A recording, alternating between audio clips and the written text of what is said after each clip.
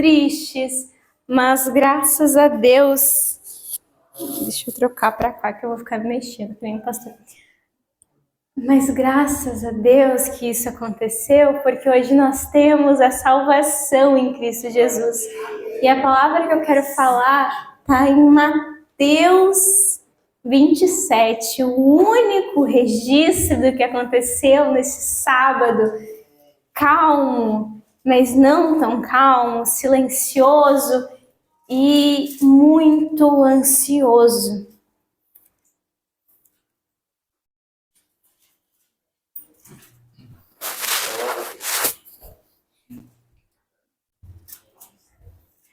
Mateus 27, a partir do 57, que fala do sepultamento de Jesus.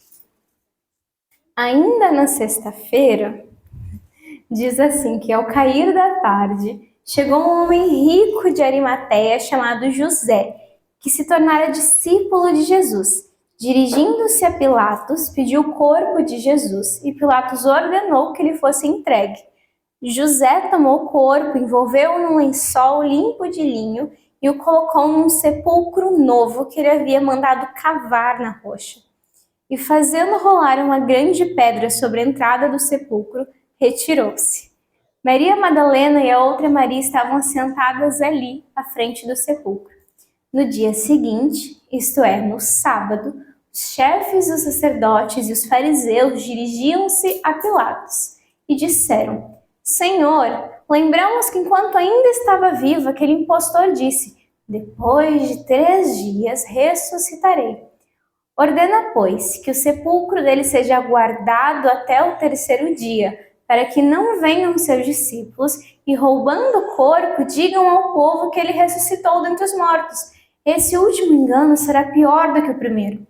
Levem um destacamento, respondeu Pilatos. Podem ir e mantenham o sepulcro em segurança como acharem melhor.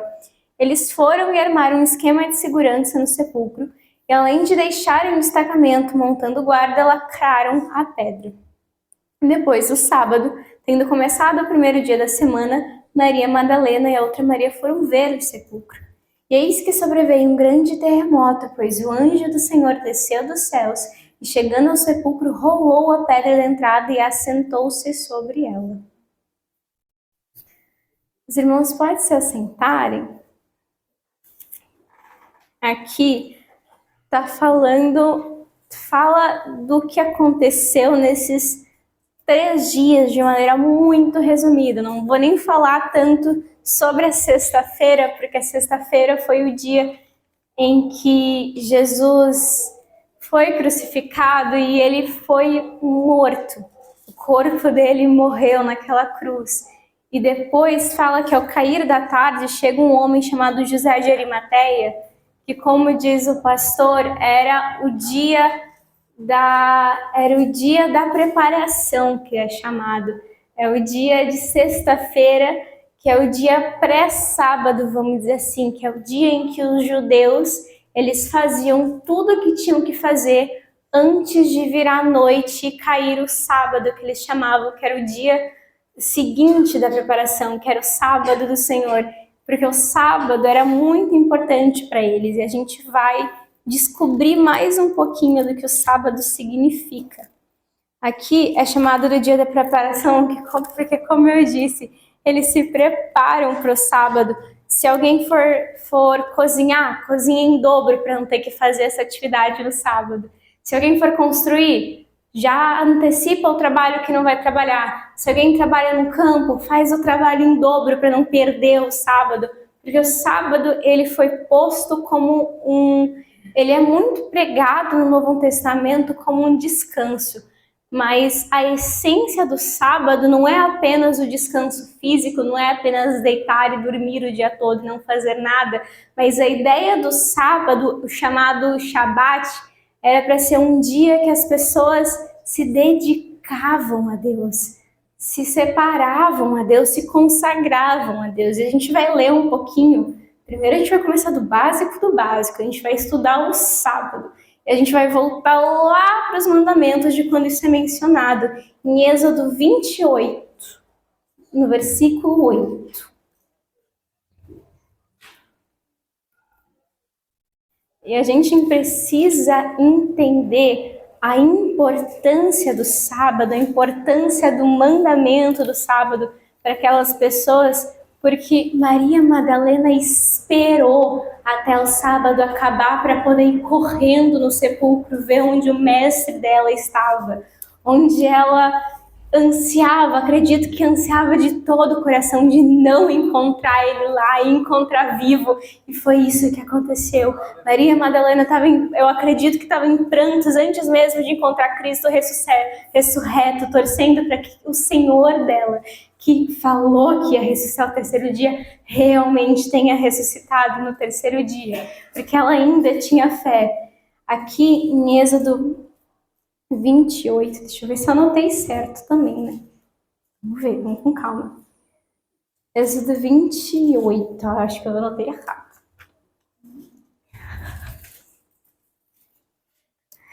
Enfim, acho que a parte do Êxodo eu anotei errado, mas seguimos. 28, 31, pula ali pro 31 que é do lado. 31, 12, tá certo, graças a Deus.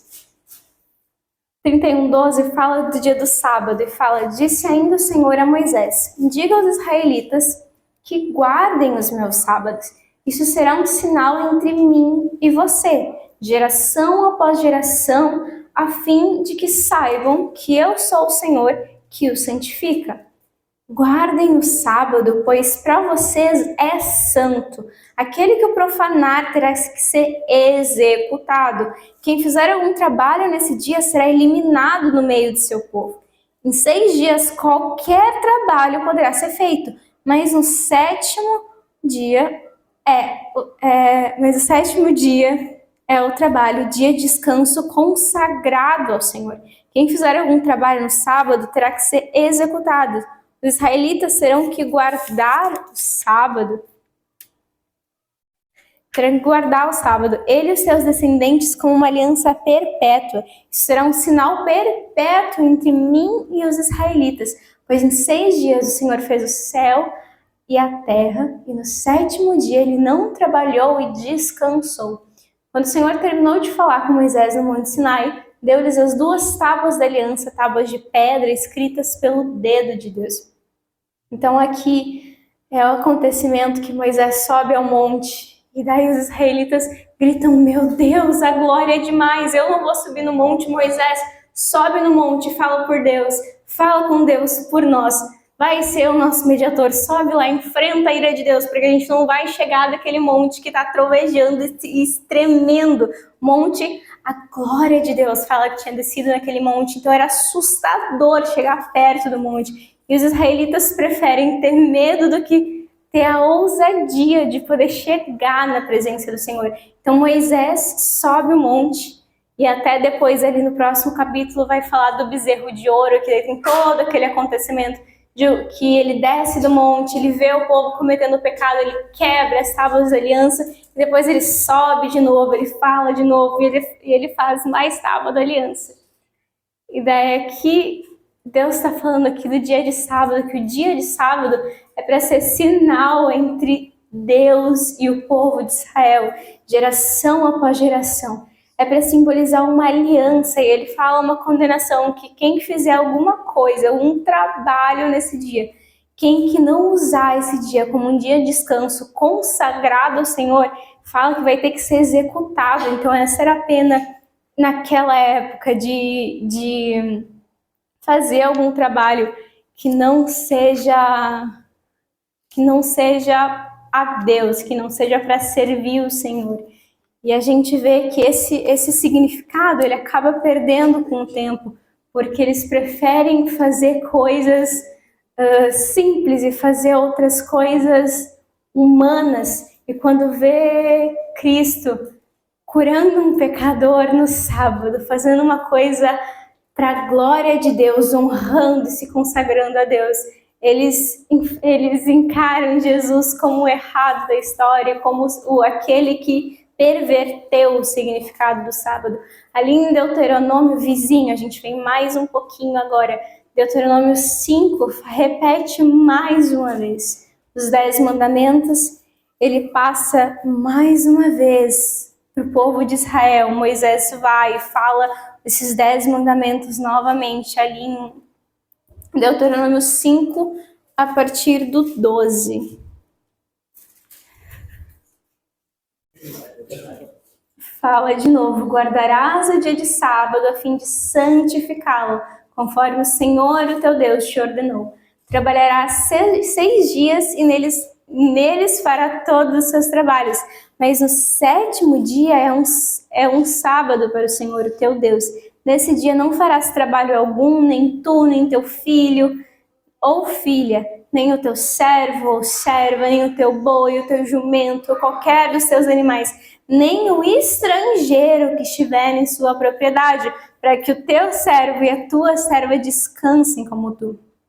Lembra-te de que foste escravo no Egito e que o Senhor, o teu Deus, te tirou de lá com mão poderosa e com um braço forte.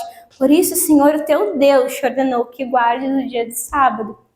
Então, o dia de sábado, ele significa muito isso. A gente pode pegar essa palavra de que para saibais que eu sou o Senhor a gente escuta também ali no Êxodo 31 que a gente leu, a palavra que fala que para que saibais que eu sou o Senhor, teu Deus, que vos santifica, que eu escolho o dia de sábado para que saibais que eu sou o Senhor, que santifica vocês, que está com vocês. Isso também significa, essa parte de santificar, também significa, traduzindo,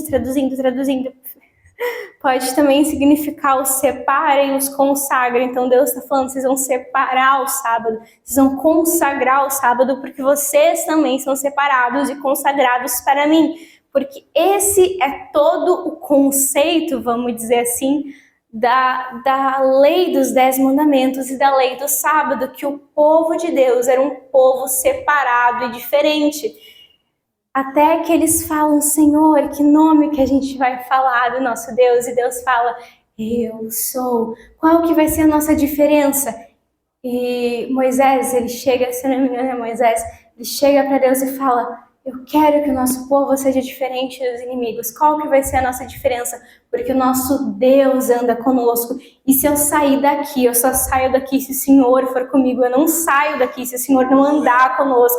E esse é o diferencial. Aqui fala que outro povo, além do povo de Israel, que Deus andava com eles, que Deus presenteava eles com a nuvem e com o vento para não morrer de frio e nem de calor durante 40 anos no deserto. Então os israelitas, eles tinham que ter uma identidade única, diferente das outras nações e estritamente exclusiva do Senhor, escolhida do Senhor. Então, aquele que fizesse qualquer trabalho que não fosse para a glória do Senhor, algum trabalho, por exemplo, como o fato de cozinhar, o fato de ir lá arar um campo, ou plantar, ou arrancar alguma coisa, essas coisas mais ou menos assim, aquele que fizesse isso, ele estaria em rebelião com o Senhor. Eles iam encarar aquela pessoa como se tivesse rejeitado. O sábado representa isso. A pessoa que rompesse com o sábado ia ser uma pessoa que rejeitou as provisões do passado, rejeitou a bênção do Senhor no passado e no presente, porque eles falam aqui que eles fazem memória também da própria criação.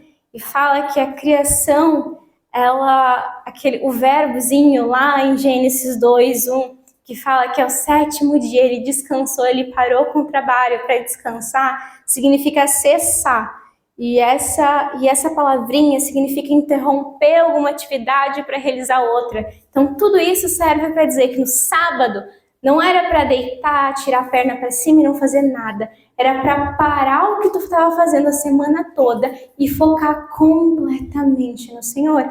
Essa é a ideia do sábado. Então o que era para eles fazer? Largar as coisas inúteis que eles faziam, largar as coisas que tiravam o foco do Senhor e dedicar completamente o dia para o Senhor e para se consagrar. Essa é a palavra que Deus dá, se consagrar a Ele. E é dito como um pacto perpétuo, para ele se lembrar da criação, porque no 7º dia Deus descansou. E para se lembrar também aqui fala da escravidão, quando menciona aqui que o 7º dia, nem filho, nem filha, nem servo, nem boi, tá falando nem filho, nem filha, significa Nem o filho, nem a tua filha, as pessoas mais importantes da tua vida, as pessoas mais importantes até da sociedade, se elas vão parar o serviço, servo e a serva, seja para todos, é para os mais importantes, para os menos importantes, para quem acha que não vale nada, para o Senhor ele vale, e ele deve servir ao Senhor, deve guardar esse sábado, como também tem todas as outras aplicações aqui. E a gente também tem o primeiro mandamento com promessa, que é honrar o Senhor e honrar os pais, e muitas outras coisas. E é muito gostoso de lembrar que todos os mandamentos se resumem a um mandamento, que é amar o Senhor teu Deus com todas as coisas, com toda a tua força, com toda a tua alma, com todo o entendimento. Porque se tu amar o Senhor, tu vai querer agradar Ele. Se tu ama uma pessoa, tu não vai fazer coisa que machuca a pessoa. Se tu ama uma pessoa, tu vai querer estar perto. Se tu ama uma pessoa, tu vai querer fazer todas as vontades dela. E isso só querendo amar uma pessoa de carne e osso. Imagina se tu amar o Senhor. A gente ama a nossa família, a gente ama os nossos amigos e a gente ama muito mais o Senhor. E se a gente não ama o suficiente, que a gente seja como Pedro e fala: Senhor, eu não te amo o suficiente. Eu quero te amar o suficiente a ponto de dar a minha vida se precisar. E daí, é com tudo isso, só para a gente ter noção do que significava o sábado, a gente volta para o sábado da guarda do sepulcro, lá de Mateus 27. Então, as mulheres, os discípulos, todos os judeus tinham passado sexta-feira. Provavelmente eles não se prepararam tanto porque eles estavam ocupados com o Messias deles sendo crucificado. Mas até o momento eles até apressaram o sepultamento, porque, se eu não me engano, também não podia o corpo permanecer pendurado naquela cruz, por causa que o corpo na cruz significa maldição, e aquele que seria pendurado no madeiro é maldito por Deus. Então vai José de Arimateia no finalzinho da sexta-feira, no cair da tarde, está acabando o dia, ele vai lá, ele corre, ele pede Pilatos: deixa eu pegar o corpo de Jesus, dar um enterro justo e antecipar, porque eu sou judeu, amanhã é sábado, amanhã eu não posso fazer essas coisas. Daí ele vai, fala que ele toma o corpo, ele envolve num lençol limpo de linho e ele coloca no sepulcro que ele tinha mandado cavar sobre uma grande pedra na entrada do sepulcro. E fala que Maria Madalena e a outra Maria estavam sentadas ali no sepulcro. Então, fala que provavelmente depois disso elas foram embora, foram para suas casas, porque já estava chegando o dia seguinte da preparação. Isto é, o sábado, como diz aqui. E daí, no sábado, a gente não tem registro do que os judeus fizeram, mas é por tudo isso que a gente leu, a gente tem uma noção de que provavelmente eles estavam se consagrando, eles estavam em suas casas. E a gente tem outra passagem bem simplesinha em Lucas 23, fala isso, diz a mesma coisa em Lucas 23 com outras palavras. A gente tem essa riqueza de detalhes de diferentes escritores. Ali em Lucas 23, 25, depois que fala do sepultamento de Jesus, fala que as mulheres que haviam acompanhado Jesus desde a Galileia seguiram José e viram o sepulcro e como o corpo de Jesus fora colocado nele. Então eles viram Jesus, o corpo dele que ainda estava ali sendo colocado dentro do sepulcro. Fala que em seguida, o que elas fizeram depois, aqui nos fala, foram para casa e prepararam perfume e especiarias aromáticas e descansaram no sábado em obediência ao mandamento. Depois o 24 eu não vou ler agora, mas segue logo direto no domingo. Então, vou voltar em Mateus 27, porque é o único registro que a gente tem no sábado. E, infelizmente, não é de como os nossos irmãos judeus se sentiam, mas a gente tem quem se movimentou no sábado, enquanto seus irmãos provavelmente estavam ansiosos e desejosos. O sábado não registra aqui, mas imagina a ansiedade desses seguidores, dos discípulos e das mulheres ao saber que no terceiro dia Jesus ia ressuscitar. Eles criam, ou eles pelo menos achavam que cria. A gente também vai ver depois o que aconteceu no domingo, mas a gente tem que ir por partes. A gente ainda está no sábado, Jesus ainda está no túmulo, e o que diz aqui que vai acontecer? Fala que no dia seguinte, Os chefes dos sacerdotes e os fariseus dirigiam-se a Pilatos. Quem que se movimenta quando a igreja não se movimenta? Os inimigos da igreja. E aqui eles vão e falam: ó Pilatos, aquele impostor, eles chamam Jesus de impostor. Eles cometem o pecado da blasfêmia. E eles chegam ao Pilatos e falam: olha, aquele Jesus, ele dizia que depois de 3 dias ele ia ressuscitar. E eu acho melhor o Senhor pegar soldados e vigiar o sepulcro para que ninguém pegue o corpo dele e fale que Jesus ressuscitou erroneamente. Chegue lá, mostre a multidão e finja que ele está vivo, porque ele não está, ele está no sepulcro. Então eu acho bom vigiar até o 3º dia. No 4º não tem problema, porque ele disse que ia ser no 3º dia, então pelo menos até o 3º dia cuidem do sepulcro para ninguém roubar o corpo, porque no 3º dia o corpo precisa estar dentro do túmulo, porque ele morreu. E ele fala que Pilatos ele ordena um destacamento. A gente não tem muito bem assim quantos soldados tinham, mas às vezes um destacamento pode ter até uns 10 soldados romanos. E Roma não faltava dinheiro em armamento, em coisa. Era uma milícia muito grande, muito poderosa e que durou muito tempo, como também as outras, a Grécia antes dela e depois a Roma, eles tinham um grande poder bélico, assim. Eles agiam ainda mais do que os bárbaros daquela época, então eles eram conhecidos. E Roma, eles agiam não só de forma política, mas também eles se uniram. A maioria das guerras que eles faziam era por interesse nem ao território, mas ao dinheiro que eles iam ganhar na guerra. Então eles guerreavam sem dó e nem piedade. E Pilatos escolheu mais ou menos 12, pode ser 5, pode ser 6, não diz aqui. Mas a gente pode ter noção, nem que seja 3 soldados. Foram soldados extremamente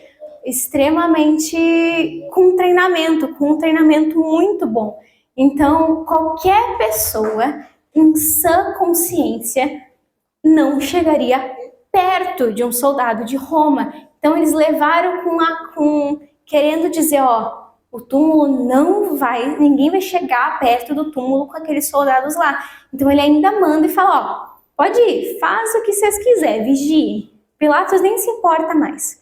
Fala que eles foram e eles armaram um esquema de segurança no sepulcro e além de deixarem um destacamento, ou seja, além de deixar provavelmente o túmulo cercado de soldados, eles também selaram a pedra. Selar a pedra a gente não consegue ter muito bem o registro aqui, mas eles podem ter colocado correntes ou só feito ali, mas não era por questão de segurança o selar a pedra. Selar a pedra era por causa que fala ali, eles selam com o selo, então eles colocam o selo, colocam a cera e selam com o selo romano. Isso não significa, não é por questão de segurança, mas é questão para dar medo para qualquer pessoa, como eu disse, qualquer pessoa em sã consciência, que se por acaso passasse dos soldados e chegasse a pedra e rompesse aquele selo, a pessoa que rompesse aquele selo poderia ter até pena de morte. Então, novamente, nenhuma pessoa em sã consciência ia se aproximar do túmulo e abrir a pedra. Inclusive, eu pesquisei um pouquinho, e eu não sei se eu já sabia essa informação antes, não sei, mas eu pesquisei. E é mais ou menos aproximado, assim, que a pedra do sepulcro poderia ter entre 1 ou 2 toneladas. Então, assim, quando fala que a pedra se abriu e rompeu, é porque só podia ser Deus. Se os soldados não viram, claramente 1 ou 2 pessoas não iam mover uma pedra de 1 ou 2 toneladas. Sendo bem sincera, eu duvido que moveriam 100 quilos. Então, imagina uma pedra enorme e pesada. Então, essa é a situação de sábado. Os inimigos que se uniram contra Cristo e blasfemaram, chamaram o Senhor de impostor e Jesus de enganador, eles seguiram um critériozinho de falso profeta lá em Deuteronômio 13. Lá em Deuteronômio 13 diz que um falso profeta, que a gente podia denunciar o falso profeta quando ele falava algo e não acontecia. Só que Jesus falava e acontecia. Então qual que é a outra opção? Quando ele falava algo contra a lei. Então eles viram Jesus maculando o sábado e eles encararam Jesus como falso profeta. Eles condenaram Jesus como falso profeta pelas coisas que ele falava, porque não podiam condenar Jesus pelas coisas que ele fazia, porque ele mandava o morto levantar e o morto levantava. Ele curava a pessoa e ela saía testemunhar. E não era nada combinado. Tinha pessoas que nem sabiam quem era Jesus, o nome de Jesus. Me diz agora, quem foi que te curou? Eu não sei, eu vi ele já saiu. Aí foi lá. Oi, Jesus de Nazaré. Jesus fala, olha, não fala, mas ele volta lá e fala igual. Cego, Bartimeu, o homem que estava na porta do templo, que a gente tem, que não aconteceu ainda aqui, mas vai acontecer depois com os apóstolos. Então muita coisa acontecia. E eles não podiam dizer que era falso, porque ele falava e acontecia, ele ordenava e as coisas aconteciam. Ele expulsava o demônio era expulso. Então a única coisa que eles poderiam acusar de Jesus era de Beelzebu, de pai dos demônios, que eles acusaram, ou de falso profeta. Dessa maneira, cometendo o único pecado que não é perdoado, que é a blasfêmia contra o Espírito Santo. Tu dizer que não é de Deus, uma coisa que claramente foi Deus que fez. Colocar acontecido nas mãos do diabo quando claramente estava na mão de Deus. Eu não vou nem entrar tanto nesse pecado, mas é isso que eu quero que vocês percebam nessa palavra. Esse único relato aqui, que é dos inimigos falando, olha, sela a pedra, dá um jeito de ninguém, quando eles verem a pedra, eles se tremam de medo para eles não chegarem perto da pedra. Então se alguém for aqui, chegar e pensar em roubar o corpo, que ele venha desistir antes de fazer. E isso era os inimigos.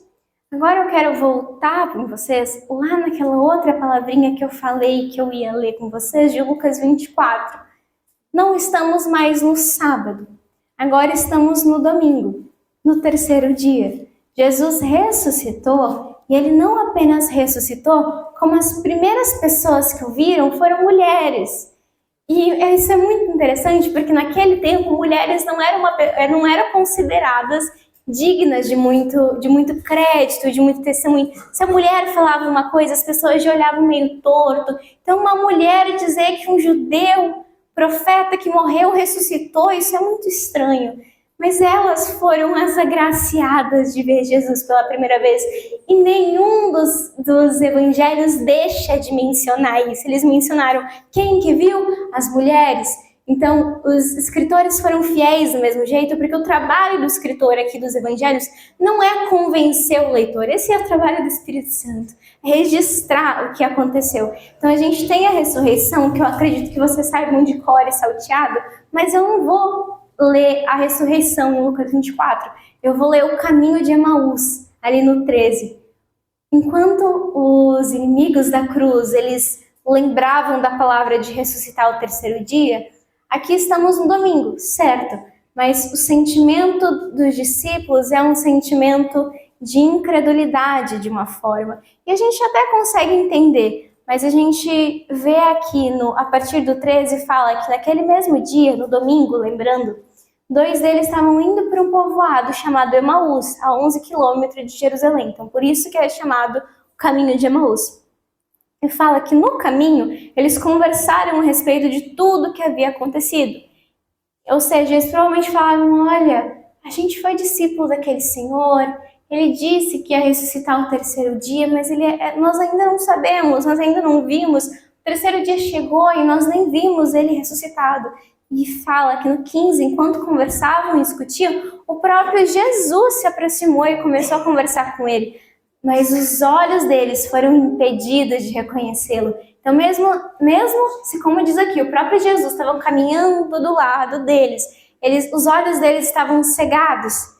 E Jesus fez isso para que não reconheceram, para poder saber o que havia no coração deles. Fala, ele lhes perguntou, Jesus perguntou para eles, mas eles achavam que era só um homem comum, falando, sobre o que vocês estão discutindo enquanto caminham? E ele perguntou, não porque ele não sabia, mas porque ele queria ouvir da boca deles. Fala que eles pararam com o rosto entristecidos, então esse era o sentimento que eles estavam sentindo. Um deles, chamado Cleopas, perguntou-lhe, você é o único visitante em Jerusalém que não sabe das coisas que lhe aconteceram esses dias?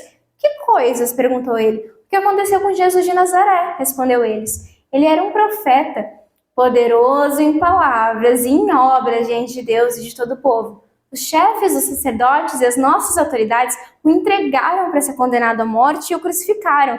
E nós esperávamos que era ele que ia trazer a redenção a Israel. E hoje é o terceiro dia desde que tudo aconteceu.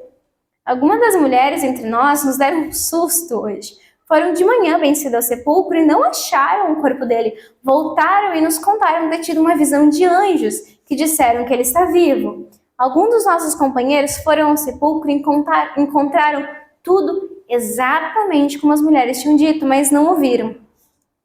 Ele lhes disse, como vocês custam a entender e como demoram a crer em tudo que os profetas falaram. Não devia o Cristo sofrer essas coisas para entrar na sua glória? E começando por Moisés e todos os profetas, explicou-lhes o que constava a respeito dele em todas as escrituras. Então fala que agora eles têm uma conversa aqui.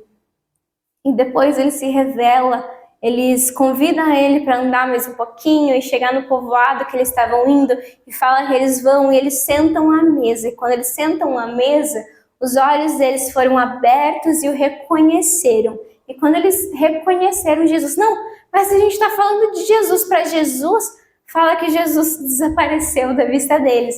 E eles viram um para o outro e falam, mas não estava queimando o nosso coração enquanto ele falava das Escrituras? E daí eles levantaram, eles saíram correndo para Jerusalém. Eles falam para os 11, para os discípulos que restaram ali depois de Judas ter traído, e fala, Jesus ressuscitou. Eles falam, é verdade, ele já apareceu a Simão.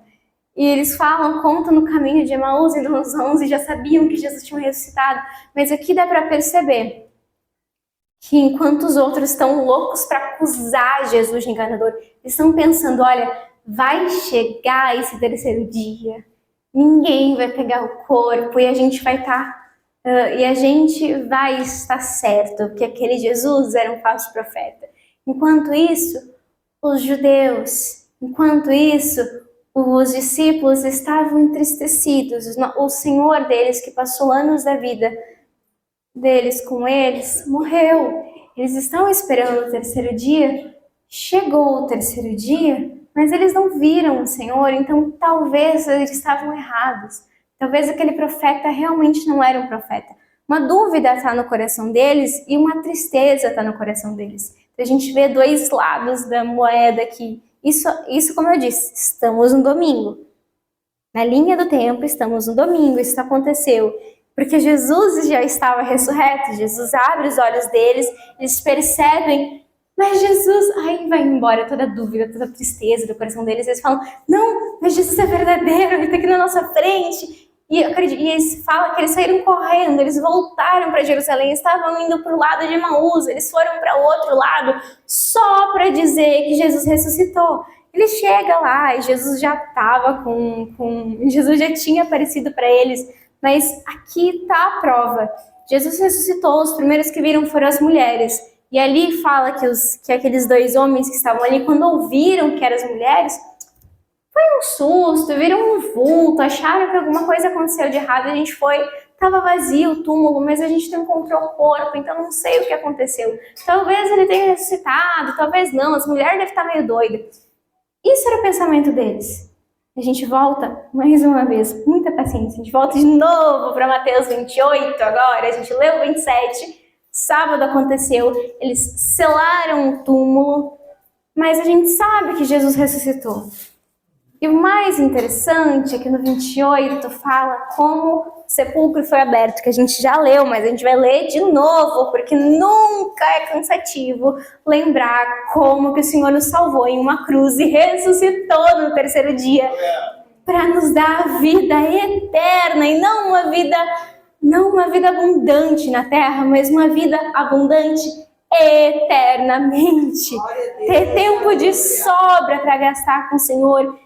e receber a nossa recompensa de estar eternamente com o Senhor. Que fala que depois do sábado começou o primeiro dia da semana, domingo. Maria Madalena e outra Maria, eles voltaram a ver o sepulcro, eles viram Jesus sendo colocado no sepulcro na sexta, de novo, lembrando, fixa muito bem na sua cabeça isso. No sábado descansaram, no domingo, virou domingo, saiu correndo para ver no sepulcro, por causa que elas sabiam que o Senhor estava ali, vamos ver se Jesus ressuscitou ou não.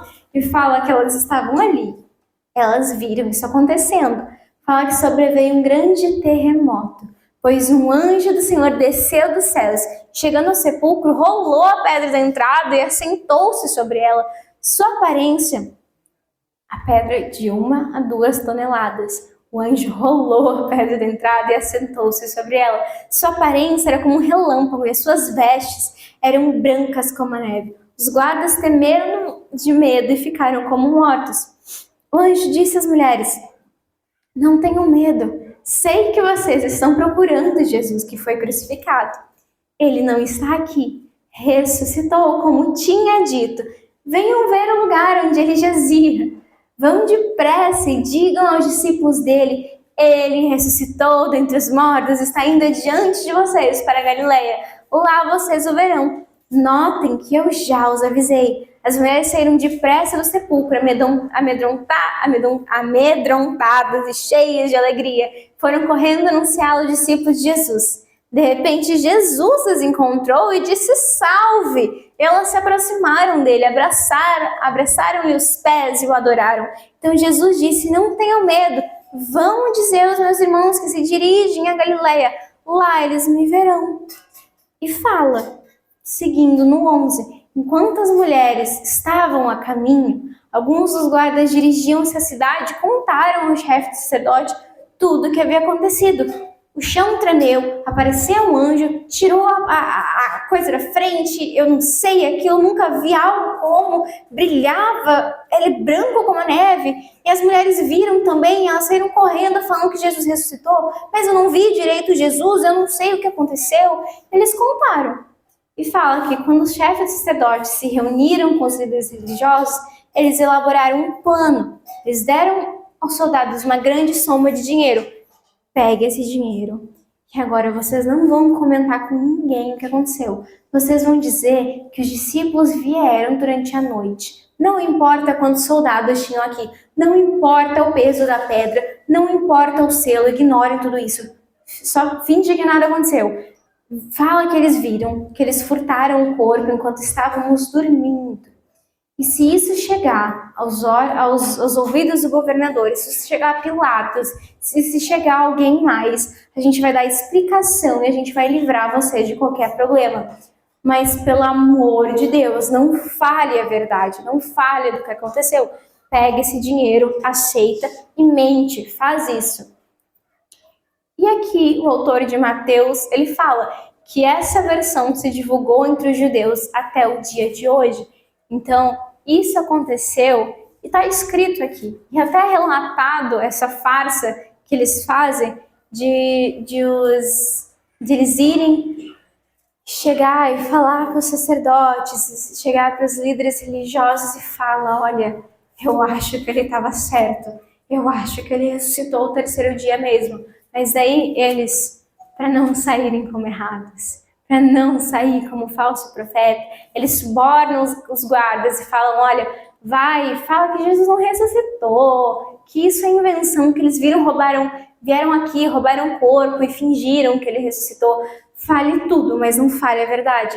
Isso é engraçado porque mesmo depois de um bom tempo, ainda era pago e ainda era enviada delegações, ou seja, pequenos grupos de homens, assim, coisa, para irem de uma ponta a outra, falar: olha, para chegar como se chegou primeiro e dizer: olha, se alguém vir aqui e falar a vocês que Jesus ressuscitou, ele não ressuscitou. Então, mesmo depois de um tempo, eles ainda se esforçavam a contar essa versão para anular a ressurreição. Mas a gente sabe que isso não prospera. Isso não prospera para quem para quem Deus escolheu, vai ouvir a palavra e vai surgir o efeito e não tem o que ir contra. Mas eles podem tentar, tá tudo bem. E fala que até hoje essa versão, se provavelmente tu for lá e perguntar, eles sabem muito bem das duas versões. E cada pessoa claramente vai tomar uma decisão de ir pro lado, nem dos judeus, porque os judeus são contra Cristo, mas ir pro lado dos seguidores de Jesus, seguir o que os judeus diziam. E isso foi o que aconteceu no sábado. Isso é o que aconteceu na noite de sexta. Isso é o que aconteceu no domingo de manhã. Isso é uma parte do que está aqui em Mateus. Amanhã a gente vai descobrir mais um pouquinho. Amanhã a gente comemora que ele está vivo. Mas independente, todo dia a gente comemora porque uma honra como essa, um presente como esse, não podia ser desperdiçado. E eles fizeram tudo isso para anular a esperança do nosso coração. Eles fizeram tudo isso porque eles sabiam muito bem que se Jesus realmente ressuscitou, existe uma vida eterna. Se Jesus realmente ressuscitou, vai ter a ressurreição dos mortos. Se Jesus realmente ressuscitou, o céu é verdade, o inferno muito mais. Então eles sabiam muito bem que se eles dessem crédito para o que realmente aconteceu, as pessoas iam ter que tomar lados de escolher escutar a verdade, serem salvos ou continuar agindo. Eles pregavam muito isso. Continuem agindo e façam o que vocês quiserem, porque não tem a eternidade, não existe. Quando vocês vocês vão morrer. Mas aqui é nos apresentado isso, de que agora existe ressurreição não apenas de Cristo, mas se Cristo ressuscitou, significa que vai ter uma ressurreição dos mortos para a vida, vai ter céu, vai ter inferno, e quem não se arrepender terá um destino terrível. Hoje a gente tem a certeza, a gente tem essa esperança, porque graças a Ele essa palavra chegou a nós. Então, isso era o que eu queria deixar aos amados irmãos nessa noite de sábado, um dia muito ansioso, muito triste, mas para nós, na verdade, significa um dia de felicidade antecipada, porque a gente sabe que Ele ressuscitou no terceiro dia, porque Ele é fiel para cumprir todas as promessas. E eu devolvo agora a palavra ao pastor Ademir nessa noite. Aleluia! Amém, Jesus. Vamos colocar em pé, então, irmãos. Glórias a Deus. Está aí a palavra de Deus. Graças a Deus, crescemos um pouco mais.